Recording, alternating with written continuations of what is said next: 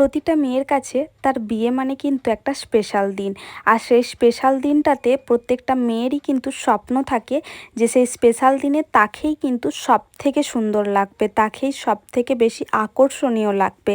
আর সেই কারণেই কিন্তু প্রতিটা মেয়ে আমাদের মতন মেকআপ আর্টিস্টদেরকে বুকিং করে থাকে তাদের স্পেশাল দিনটাতে সাজানোর জন্য।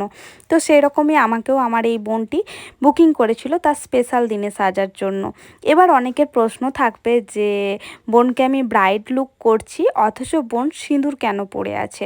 এটার গল্প একটু অন্যরকম, যদিও আমি সবটা জানি না, আমি জিজ্ঞেসও করিনি হয়তো সেইভাবে। তো আমি যেটুকু বুঝতে পারলাম, বোনকে সাজাতে গিয়ে বোনের বিয়ে আগেই বোন করে ফেলেছিল নিজের ইচ্ছাতে।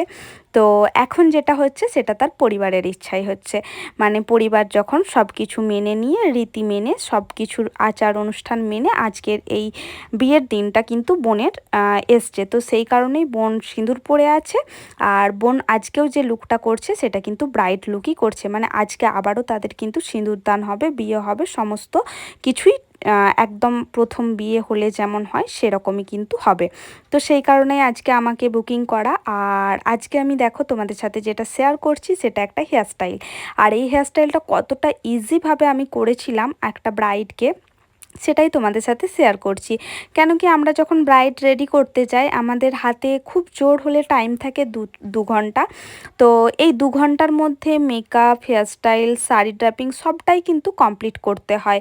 কলকা সব কিছু 2 ঘন্টার মধ্যে কিন্তু কমপ্লিট করতে হয়। তো সেটাই আমি কিভাবে করি, কতটা তাড়াতাড়ি করি, সেটাই যাতে করে তোমরা বুঝতে পারো এবং তোমরাও যখন রিয়েল ক্লায়েন্ট করতে যাবে তোমরাও যাতে করে এই টাইমের মধ্যে তোমাদের ব্রাইডকে তার পছন্দ মতো হেয়ারস্টাইল থেকে শুরু করে মেকআপ থেকে শুরু করে কলকা সমস্ত কিছু যাতে করে প্রপারলি এবং তার পছন্দ মতো তোমরা করতে পারো, সেই কারণেই আমার এই ভিডিওগুলো শেয়ার করা। তো তোমরা কে কোথা থেকে ভিডিওটা দেখছো অবশ্যই কমেন্ট করবে, আর আমার ভিডিওগুলো দেখে তোমরা কতটা হেল্পফুল হচ্ছ সেটা অবশ্যই কমেন্ট করে জানাবে। তাহলে হয়তো আমার পরবর্তীতে তোমাদের সাথে ভিডিও শেয়ার করার আগ্রহটা আরও বেড়ে যাবে।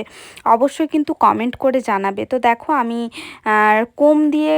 কোম করছি, লাইন্স ক্রিয়েট করছি আর স্প্রে করছি, আবারও কিন্তু কোম সরিয়ে নিয়ে স্প্রে করছি এবং হাত দিয়ে ক্লিন করছি, বারবার কিন্তু ক্লিন করছি। এই মেকআপের ক্ষেত্রেও আমি বলে থাকি ব্লেন্ডিং করতে হবে খুব ভালোভাবে, আই মেকআপের ক্ষেত্রেও আমি বলে থাকি ব্লেন্ডিং করতে হবে ভালোভাবে, আর হেয়ারের ক্ষেত্রেও আমি যেটা বারবার বলে থাকি যে প্রত্যেকটা হেয়ারকে কিন্তু ক্লিন করতে হবে, মেশি হেয়ার যেন না থাকে, মেশি হেয়ার থাকলে প্রবলেম হয়। তো মেশি হেয়ারটা যাতে করে বেশি না থাকে সেটা মাথায় রেখে খুব ভালোভাবে শাইন স্প্রে করে আর হাতে আঙ্গুলের মাধ্যমে প্রত্যেকটা লাইন্সকে ক্লিন করতে থাকবে।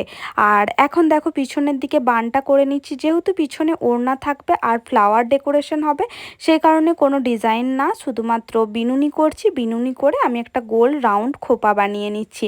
আর এই খোপার ওপরই কিন্তু আমি যে ফ্লাওয়ারগুলো আমাকে দেবে সেই ফ্লাওয়ারগুলো আমি এর মধ্যে ডেকোরেশন করব। তো যদিও খুব বেশি ফ্লাওয়ার ছিল না, কেন কি বোন যেখান থেকে ফ্লাওয়ার এনেছিল খুব বেশি ফ্লাওয়ার পাওয়া যায়নি, তাই খুব সামান্য ফ্লাওয়ারের মাধ্যমেই কিন্তু ডেকোরেশনটা করা হয়েছিল।